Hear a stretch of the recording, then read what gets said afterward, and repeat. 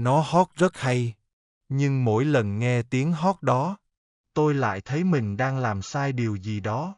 Và điều làm tôi khó chịu nhất là tôi đã im lặng suốt 4 tháng. Video này không phải để nói em tôi đúng hay sai, cũng không phải để dạy ai cách yêu thiên nhiên, cách nhận biết đúng sai. Tôi chỉ muốn kể về một chuyện rất nhỏ trong gia đình mình. Đó là một con chim, một cái lồng chim, và cảm giác khó chịu cứ lớn dần trong tôi mỗi ngày.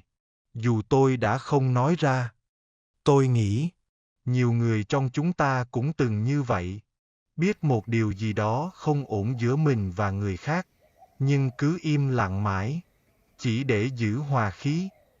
Tôi thích những buổi sáng như vậy, không điện thoại, không ai nói chuyện, chỉ có tiếng dép chạm đất ướt và tiếng chim gọi nhau trong vườn.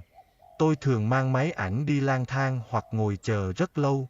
Có hôm chẳng chụp được gì, nhưng tôi vẫn thấy nhẹ, vì cảm giác đó rất thật. Tôi nhớ có lần, một con chim chích bông đầu đỏ đáp xuống ngay trước mặt tôi.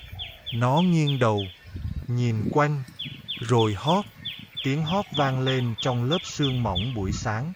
Không phải tiếng hót để mua vui cho ai. Không phải tiếng hót trong một cái lồng treo trước hiên nhà. Nó hót vì nó đang sống. Vậy thôi. Rồi nó bay mất, nhanh đến mức tôi còn chưa kịp bấm máy để chụp hình. Nhưng lạ là tôi không tiếc. Tôi thích cảm giác đó. Một thứ gì đó đẹp xuất hiện, rồi biến mất theo cách của nó. Không thuộc về tôi, và cũng không cần thuộc về tôi. Rồi tôi bước vào nhà, và nó ở đó. Con chào mào má đỏ của em tôi. Cái lồng treo cạnh cửa sổ. Dưới đáy lồng là vài cái lông rơi. Cái má đỏ của nó rất đẹp. Đẹp đến mức tôi hiểu tại sao người ta lại thích nuôi nó.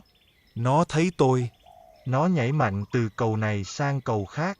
Cánh đập vào nang lồng liên tục. Tôi đứng nhìn vài giây, rồi quay mặt đi, giống như mọi lần. 4 tháng.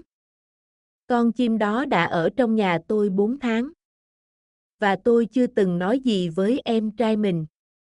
Không phải vì tôi không có suy nghĩ, mà ngược lại. Tôi nghĩ quá nhiều. Tôi biết rõ. Nó không thuộc về cái lồng đó. Mỗi lần nhìn nó, tôi đều nhớ tới những con chào mào ngoài vườn. Những con chim chỉ đứng yên vài giây, rồi biến mất vào tán cây trong vườn. Tôi biết sự khác biệt giữa hai ánh mắt của hai con chim đó. Một bên là ánh mắt của một sinh vật đang sống đúng với bản năng của nó, luôn được bay nhảy tự do. Một bên là ánh mắt cứ nhìn mãi ra ngoài cửa lồng. Nhưng tôi không nói điều này với em tôi. Tôi sợ em buồn. Sợ không khí trong nhà trở nên khó xử. Sợ em nghĩ tôi đang phán xét. Và sâu hơn nữa, tôi sợ chính mình trở thành một người quá cực đoan. Nên tôi luôn chọn im lặng. Từ ngày này qua ngày khác. Em tôi không phải người xấu. Nếu là người ngoài, có lẽ tôi đã dễ nói hơn nhiều. Nhưng đây là em tôi. Tôi thấy em chăm con chim đó mỗi ngày. Thay nước, phơi nắng, mua trái cây. Nói chuyện với nó như nói với thú cưng trong nhà. Trong mắt em đó là yêu thương. Và chính điều đó làm tôi khó xử. Vì tôi biết em không ác. Tôi biết em thật lòng thích con chim đó. Nên mỗi lần định nói, tôi lại nuốt xuống. Tôi tự nói với mình. Thôi, từ từ rồi nói. Không cần làm căng. Có khi là do mình nghĩ nhiều quá. Nhưng càng kéo dài, tôi càng thấy khó chịu với chính mình. Bởi vì tôi bắt đầu nhận ra. Tôi không im lặng vì bao dung. Tôi im lặng vì sợ. Sợ mất cảm giác yên ổn trong gia đình. Sợ va chạm. Sợ phải bước vào một cuộc nói chuyện khó. Và điều làm tôi buồn nhất là tôi đã gọi nỗi sợ đó bằng một cái tên rất đẹp. Đó là sự tế nhị. Tôi từng nghĩ mình yêu thiên nhiên. Và có lẽ tôi thật sự yêu thiên nhiên. Tôi có thể ngồi vài tiếng đồng hồ ngoài vườn. Chỉ để nghe tiếng chim. Tôi thích cảm giác được ở gần những thứ hoang dã. Không kiểm soát được. Không sở hữu được. Chỉ lặng lẽ nhìn. Rồi thôi. Nhưng rồi tôi bắt đầu thấy một điều rất khó chịu. Tôi yêu sự tự do của những con chim ngoài kia. Vì chúng không thuộc về tôi. Tôi thích nhìn chúng bay. Thích cảm giác chúng muốn đến thì đến. Muốn đi thì đi. Nhưng ngay trong nhà mình, có một con chim đang mất đi điều đó. Và tôi đã làm gì?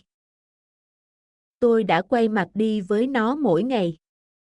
Vậy thì cái tình yêu thiên nhiên của tôi, nó thật đến đâu? Nếu tôi chỉ yêu cái đẹp của tự nhiên, nhưng không dám đối diện với sự đau lòng, thì có phải tôi đang yêu theo cách rất an toàn không? Một kiểu yêu mà không làm mình khó xử. Có một buổi sáng, tôi đang chuẩn bị đi chụp chim như mọi ngày. Máy ảnh đã đeo lên vai. Tôi đi ngang qua cái lồng. Và lần này tôi không quay đi nữa. Con chào mào đứng im trên cầu. Nó không hót. Nó chỉ nhìn ra ngoài cửa sổ. Tôi cũng nhìn theo hướng đó. Ngoài kia là tán cây. Là ánh sáng buổi sáng. Là khoảng trời mà có thể trước đây nó đã từng bay qua. Tôi không biết tại sao. Nhưng lúc đó trong đầu tôi hiện lên một câu rất rõ. Mình đang trốn. Không phải trốn em mình. Mà trốn chính cảm giác thật của mình. Tôi luôn nghĩ nhẫn là im lặng. Là tránh xung đột. Là giữ hòa khí. Nhưng lúc đó tôi mới nhận ra. Im lặng của tôi không hề bình thản. Nó đầy sợ hãi. Tôi sợ bị hiểu lầm. Sợ bị cho là khó tính. Sợ làm người khác không vui. Nên tôi chọn cách dễ nhất. Không làm gì cả. Nhưng có những lúc, không làm gì cả cũng là một lựa chọn. Và đôi khi đó là lựa chọn ích kỷ nhất. Tôi nhìn con chim đó rất lâu.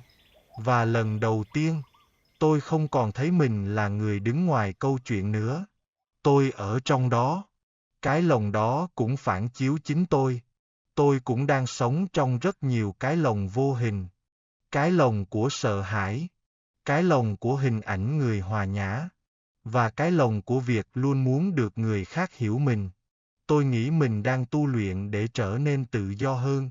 Nhưng ngay cả một cuộc nói chuyện thật lòng với em trai, tôi cũng không dám bước vào. Vậy thì tôi đang tự do ở đâu? Sau đó tôi nghĩ rất nhiều về chuyện thương yêu. Không chỉ với chim, mà với con người. Tôi nhận ra rằng, nhiều khi chúng ta giữ một thứ gì đó quá chặt. Không phải vì ác, mà vì sợ mất. Người ta nuôi chim vì thích tiếng hót. Cha mẹ kiểm soát con vì sợ con sai. Người yêu ghen vì sợ bị bỏ rơi. Chúng ta thường gọi tất cả những điều đó là quan tâm. Nhưng đôi khi, nó chỉ là nỗi sợ được mặc chiếc áo mang tên là tình thương. Người thường họ gọi là đúng sai, tốt xấu và chịu đựng. Có người thì lại lầm tưởng là ta đang chân đây. Ta đang thiện đây và cũng đang nhẫn đây. Nhưng không phải. Và tôi cũng vậy thôi. Tôi im lặng không phải hoàn toàn vì thương em. Một phần là vì tôi muốn giữ cảm giác dễ chịu cho chính mình. Tôi không muốn căn nhà này có tranh luận. Không muốn không khí nặng nề. Nói cách khác, tôi cũng đang chọn sự thoải mái của chính mình trước tiên. Tôi vẫn chưa nói chuyện với em mình. Tôi cần thành thật điều đó. Nhưng có một thứ đã khác. Tôi không còn giả vờ rằng mình ổn với chuyện đó nữa. Tôi không còn dùng chữ tế nhị để che cho sự né tránh của mình. Tôi đang học cách đối diện. Không phải để thắng, Không phải để chứng minh ai đúng ai sai, mà để ít nhất mình sống thật hơn với điều mình tin tưởng. Tôi nghĩ tu luyện không phải là trở thành một người luôn đúng, cũng không phải lúc nào cũng bình thản. Có những ngày tôi vẫn rất mâu thuẫn, vẫn yếu, vẫn sợ. Nhưng ít nhất, tôi bắt đầu nhìn thấy rõ mình hơn. Và có lẽ, đó mới là điểm bắt đầu thật sự. Khi đó mới bắt đầu sống theo chân thiện nhẫn thực sự. Bây giờ mỗi lần nhìn một con chim bay đi, tôi không còn thấy tiếc nữa. Tôi thấy đẹp. Vì cuối cùng tôi cũng hiểu. Có những thứ mình yêu thật lòng, thì không nhất thiết phải giữ lại làm của riêng cho chính mình. Em tôi yêu con chim, theo cách muốn giữ nó lại gần mình. Còn tôi, đang học cách yêu mà không chiếm hữu. Và thật ra, đó mới là cái tôi đang tu luyện mỗi ngày. Nếu bạn xem tới đây, có lẽ trong cuộc sống của bạn cũng từng có một cái lồng nào đó, hoặc một điều bạn thấy không ổn, nhưng đã im lặng rất lâu, hoặc một người bạn thương, nhưng lại yêu thương họ theo cách khiến họ ngột ngạt. Bạn hãy để lại bình luận của mình.